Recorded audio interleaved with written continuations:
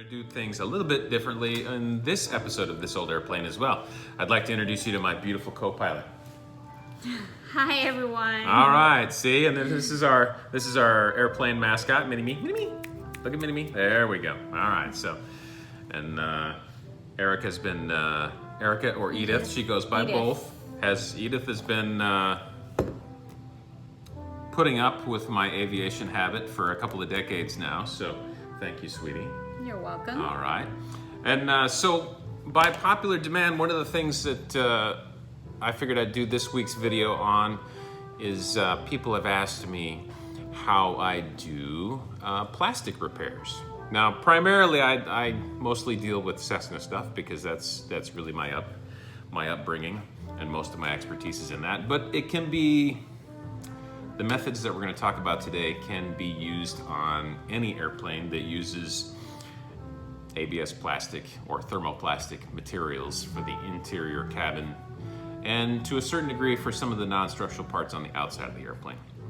Actually, one of the things I was going to read to you, and I'll post a picture of it here shortly, is what an early 60s Cessna service manual tells about, or gives us for instructions on how to repair interior plastics. And Cessna trademarked the name Royalite, which they use Royalite for the interior plastics. It sounds very royal, but it was pretty utilitarian, to be honest with you. But anyway, so... Can I go back to inventory? Sorry for interrupt you. Of course you can. Right. I'm sorry, baby. No I'll ask worries. you questions along the way, though. So do you have any pictures that you can show to them? I do, and they will be popping up here throughout the video when I edit. Oh, okay. So, anyway, so in section 19, which has to do with the with some of the repairs in the manual here, it talks about Royalite repairs. Royalite is a fancy marketing word for ABS plastic. But anyway, repair of puncture or holes in Royalite and similar thermoplastic materials can be made by trimming out the damaged area and installing an overlapping, beveled, or flush Royalite patch. They pretty much, dealer's choice on that one, whatever fits best. Doublers may be installed behind the patch where additional strength is desired. Acetone or any commercially available cohesive for Royalite, aka ABS plastic, may be used as the bonding agent. Moderate pressure is recommended for best results. Curing time will vary with the agent used, but repairs should not be strained until fully cured. Don't bend it until it's fully cured. Cracks can be repaired by saturating the crack itself with the cohesive, then filling with an epoxy filler or a paste made of Royalite shavings and the cohesive. Again, the crack may be reinforced with a doubler on the backside for additional strength. After the repair has been made, the area may be sanded smooth and painted. Now, that pretty much gives us the basic operating rules on how to repair ABS plastic. Now, I will, in fact, at the beginning of this video, I posted a picture of the supplies that I commonly use, and I'll show it to you here again. All right, and so what you'll see there is, for one thing, I tend to do a lot of repairs in the house, and in order to make our landlord and my beautiful co-pilot happy, we got to protect the area that we're going to use for our repairs. And something that works really, really well is wee-wee pads, or the things you use to put on the floor when you go out for the day so that the dog has something to pee on. But these wee-wee pads are, in fact, in the medical world, we call these chucks. But on the back side, they've got plastic to protect the surface. They've got an absorbent material in the middle, and they've got a pretty decent cloth-like texture on the top. And that works pretty good for keeping your quartz countertops or your glass dining table or whatever else that you want to protect from getting some of these things. What's that? You want to see my cool collar? Yeah, show us some of your cool colors. Wow. And This is what I got from for the box viewers that aren't today. familiar, what is this stuff? This is a Lip Sense. Okay, and Lip Sense is... It's a long-lasting lip collar. It lasts 18 hours. Yay, that's a cool stuff about. All right, and so if you want to keep your co-pilots happy, there are things for doing that too. Anyway, so let's see some of the things that it talks about. Acetone or any commercially available cohesive for Royalite. Well, it's interesting because at your local big box store, you can probably get a bottle of this stuff, which is 100% pure acetone, also known as, what is this stuff, baby? That's for nail polish remover. Yeah, nail polish remover, 100% pure acetone nail polish remover. like It's that like stuff, $3 too. at your local big box store. Okay, You so can that get in a Walmart. yeah. Well, we're not plugging Walmart.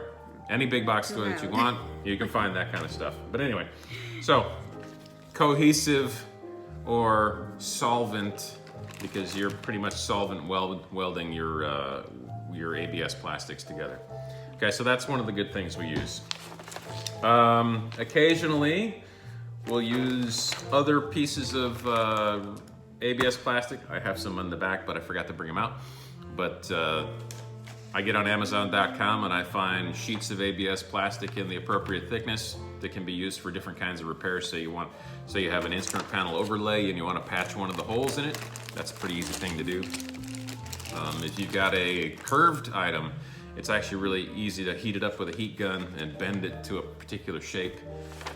If you have something like a hole that actually is on the edge of a sheet that you want to patch a hole, things like that. So that's available too. It talks about using a paste or a slurry of Royalite shavings and cohesive. That actually sounds kind of messy, but if you take scrap pieces of ABS plastic and shave them up and put them in a bottle and dump some acetone in and wait a little while, it'll turn into a goo, which is a glue that can be used for filling holes and cracks in ABS plastic. Interesting. I'll tell you something that works a lot better though, babe. What is that? ABS plastic pipe glue. And if you read this, it is basically Okay.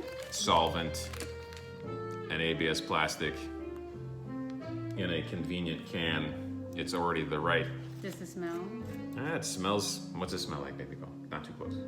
Oh wow, yeah, it's stronger than the nail Oh yeah, polish remover. I think it's actually MEK based. It's You don't very need weeds for that. yeah, but yeah. Do not huff this stuff in your house. That's a bad thing to do. But anyway, it comes with a convenient little applicator. Ooh, it is strong. And it's designed to glue black ABS plastic pipes together. So it works really good on pretty much anything that's made out of ABS plastic. It's pretty strong.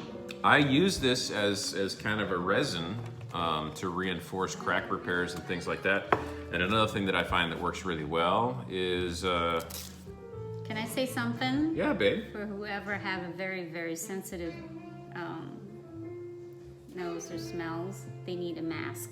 Yeah, it's if you're gonna do this you in want safety for you don't inhale it. yeah, if into you're your lungs, sensitive to the so fumes, you may have to get a charcoal filtered mask or something like that.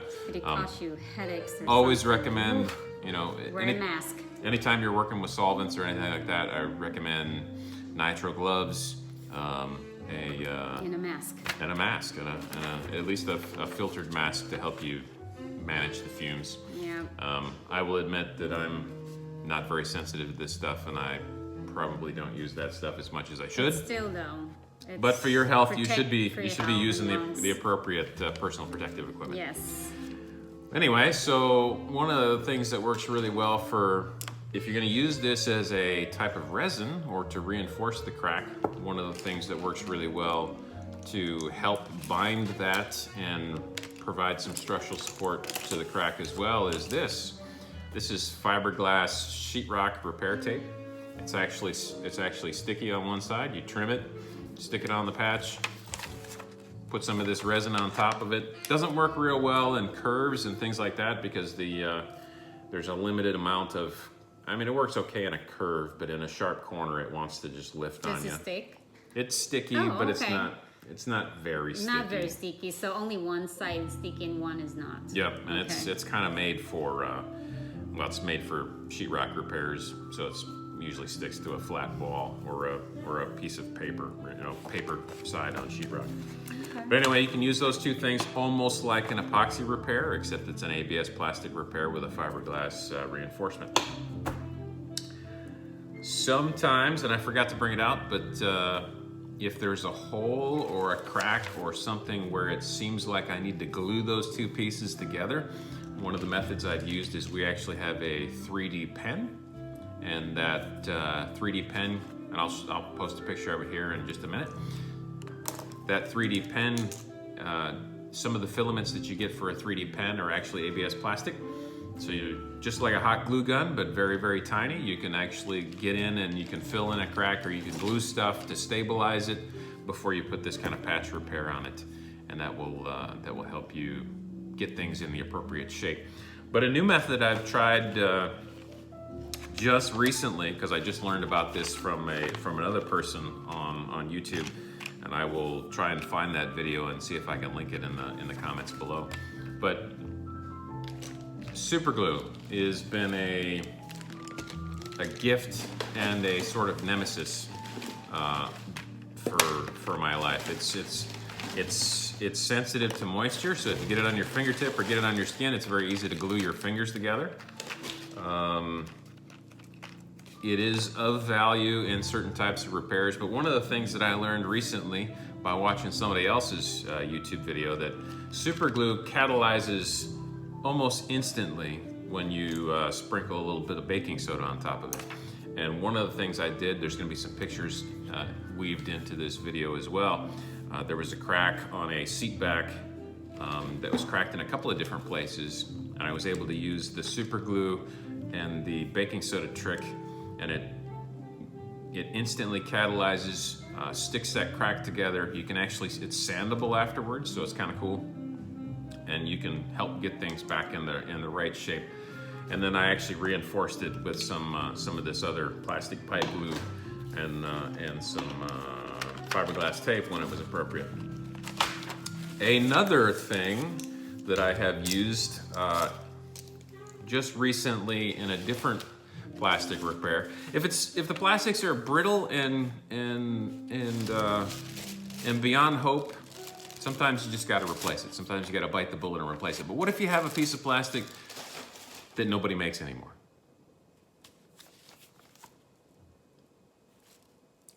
That was one of the problems we had when we were replacing this, when I was working on the center windshield strip. Yeah. You know where the compass is mounted in the airplane, right on the windshield? Well, ours has the old style windshield in it, and there's an aluminum strip down the middle of the windshield. And there's a piece of plastic that covers that windshield strip. And I couldn't find it anywhere. So the only thing the thing I had to do was... You can't find that in the auto parts? It's no. not like the same in the truck? No, unfortunately not.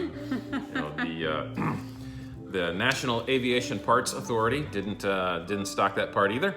That's a joke. But and I think I broke that thing into 4 different pieces when I was working on it. So using the tools, I did that before I learned the super glue trick. Cyanoacrylate adhesive is what it's called. But anyway, before I learned the super glue trick, I was using the plastic pipe glue on the edges to glue it back together. Oh, another thing that's very useful when you're doing these repairs is clear plastic tape, aka packaging tape, like you'd use on boxes and things like that. You can stick that to the back. You can use it as a dam to to put a hole, to prevent stuff from leaking out the backside. So tape things back into place, glued it back together, glued the missing pieces back together. There weren't any missing pieces, but glued the pieces back together with ABS plastic glue. And then I tried a new technique that I thought up all on my own. What if we could take this stuff and make it sprayable? Because the piece of plastic that I was using goes down the center of the windshield, so it gets a lot of sunlight, and sunlight is the enemy of thermoplastic components. And what I did in an attempt to rejuvenate that plastic after I glued it back together and it was the right shape was I took some of this glue, mixed it with some of this nail polish remover, acetone, and I put it. Yeah, and I put it in a container, and I tried to thin it out to where it was sprayable. And I used one of these fancy, you get these at the big box store or at your local auto parts store. I actually used one of these spray bombs, and I put a thin coating of new glue on the outside of the whole part.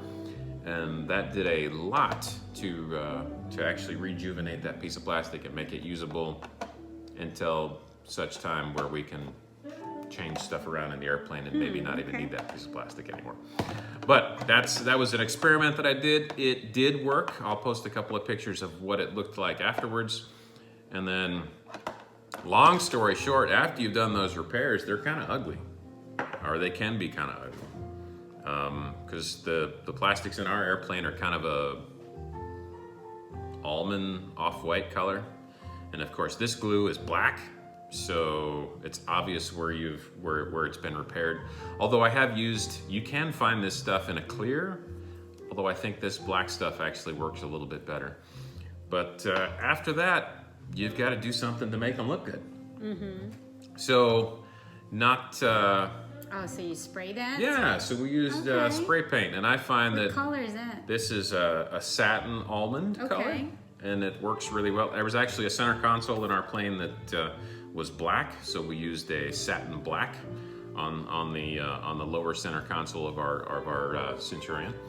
But for the rest of it, this satin almond color was basically a spot-on match for the rest of the airplane interior. And there'll be a video posted here shortly that pans through the interior and kind of gives the viewers a look of what it looked like when it was all done. And it doesn't look brand new, but it's pretty close.